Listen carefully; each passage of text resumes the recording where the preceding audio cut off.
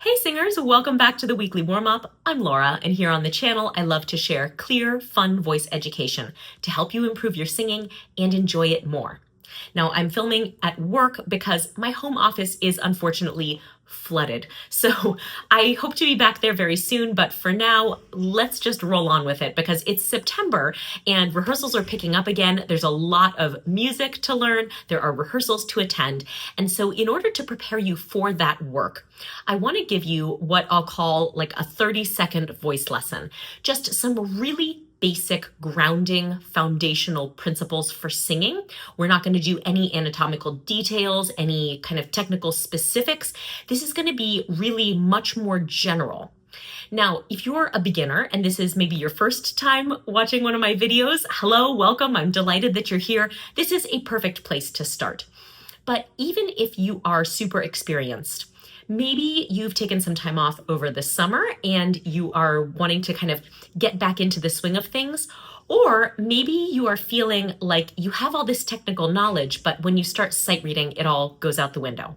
So whatever the case may be, I hope that this basic set of tips is going to really get you started on the right foot so that you can go into those fall rehearsals feeling really confident and ready to go.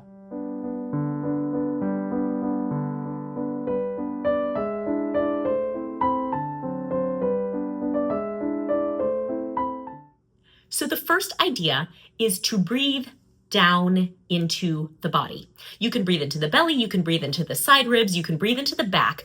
What I want you to think about is just the general direction that your body moves when you inhale and exhale.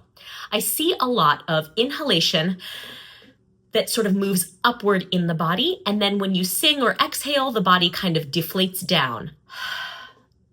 And for our best singing, we want to really turn that upside down so that we are breathing down into the body and singing with the breath moving up and out.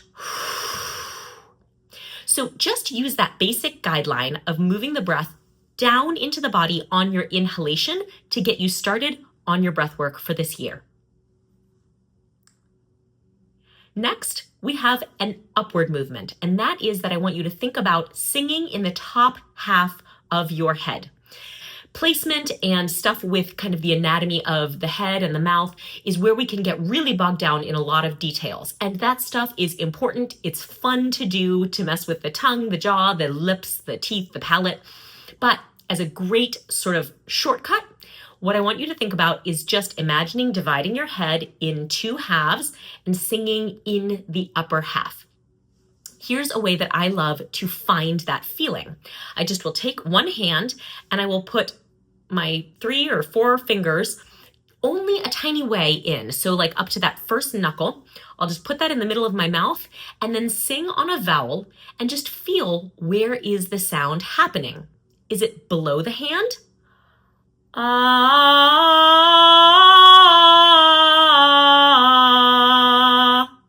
Or is it above the hand?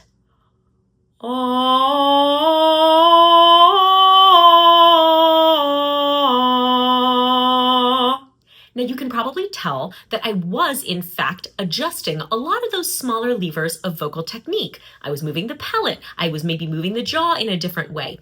But without micromanaging all those parts, I was able to achieve that result much more quickly and easily by just thinking, I'm up above my hand. So make sure you've got not too far. That will give you a very different and unpleasant result, but just put those fingers in there just a little bit and stay above them.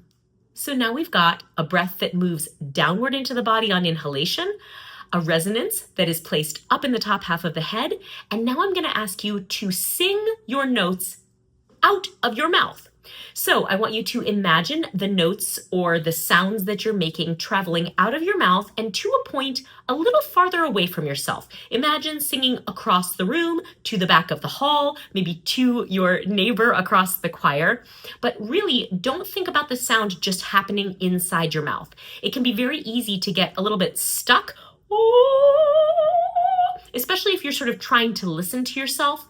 And we don't want that vocal tension. We don't want that limited breath use. We really want to kind of send the music out of your instrument and out into the room. So just imagine the sound traveling out. I have one student who says she imagines her notes going out and around the corner, which I love. So you can just really send that music out and you're going to relieve a lot of your vocal tension, keep your breath support a lot steadier and more full, and probably glue your legato together while you're at it.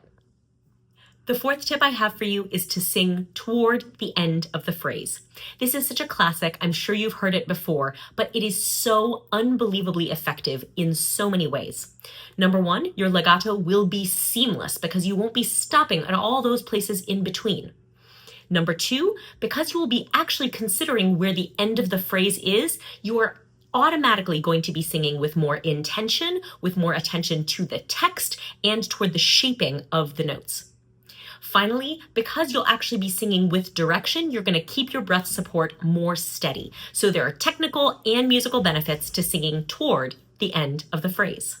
So those are the 4 tips I have for you. Breathe down into your body on your inhalation, send the sound up into the top half of your head, send the notes out of your mouth and across the room, and sing toward the end of the phrase. If you can just check in with those 4 ideas at the start of your rehearsal, you are going to be on a foundation so that you're not in those rehearsals kind of floundering, feeling less than confident. I really want you to go in there thinking, okay, I have a basis on which to stand and sing, and then you can get into it and enjoy your musical adventures. I have a lot of great music coming up this fall, so I'm really looking forward to my rehearsals, and I would love to hear about yours. Please tell me about them in the comments. I would love to hear what you're working on. In the meanwhile, thank you for your time today. I so appreciate you taking the time to sing with me. If you have questions, let me know. If you have comments, put them down below. If you'd like to hear from me in your email inbox, I do have a Friday newsletter that goes out every week, and you can sign up for that at the link that's down in the description box. And in the meanwhile, thank you for practicing.